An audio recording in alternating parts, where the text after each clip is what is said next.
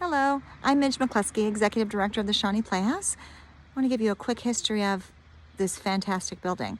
So in 1904, C.C. Worthington built what was called the Worthington Hall for a community building for this lovely village of Shawnee.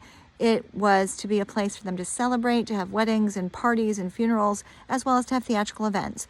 And there is a historical record in the Pocono newspapers of theater being performed here way back in 1904. It's very cool. This building was used for that purpose until the next owner came in the mid of the 20th century, a man by the name of Fred Waring, who used this building not only for concerts and workshops, but also to record his famous radio show. This gentleman was Fred Waring, who many people knew as Fred Waring and the Pennsylvanians, the man who taught America to sing. He was an icon in his own right and had many, many friends who were celebrities, both in New York and Los Angeles, from the television and the Broadway world market. The third owner that is notable for the Playhouse is, of course, the Kirkwood family. They moved here to the Shawnee Village in 1978, took ownership of the building, and then in 1979 they opened it as the Shawnee Playhouse, which, of course, we have been celebrating with that theater for the last 40 plus years, and that is how most of you are familiar with this building today. I'm going to take you through a tour of the building and show you some different things that have bothered some of the different folks who have volunteered here over the years, people who have perhaps had experiences where they feel like they have heard something, seen something, felt something that was supernatural or paranormal.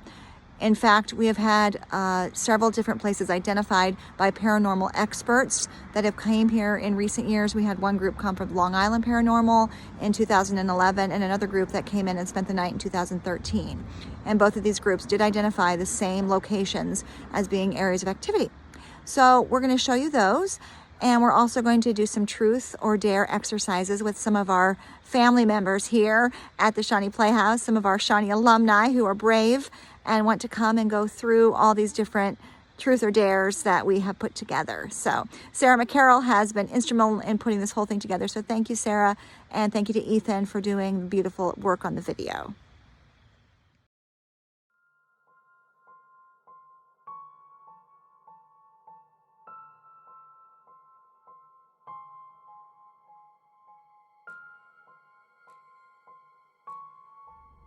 I'm going to take this opportunity to tell you about my story with the window in the girls' dressing room upstairs.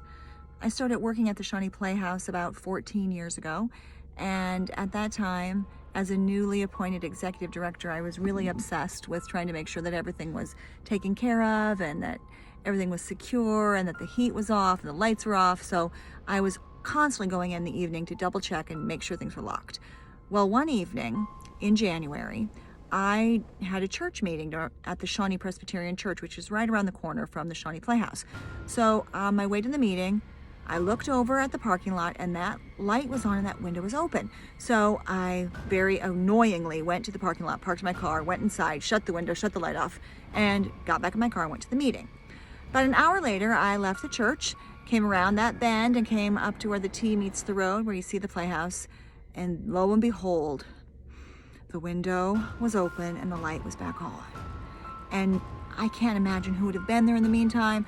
It was really freaky. So I went back into the building and I shut the light off and I shut the window and I stood in the middle of the stage and I said, please, can we just please agree to leave the light off so I don't get so annoyed by this? And I'll be honest with you, I haven't really noticed the light being such a problem since that time. So I don't know whether I just don't see it anymore. I do know that other people have seen that in years since, but I personally haven't had a problem with it since. So face the problem head on.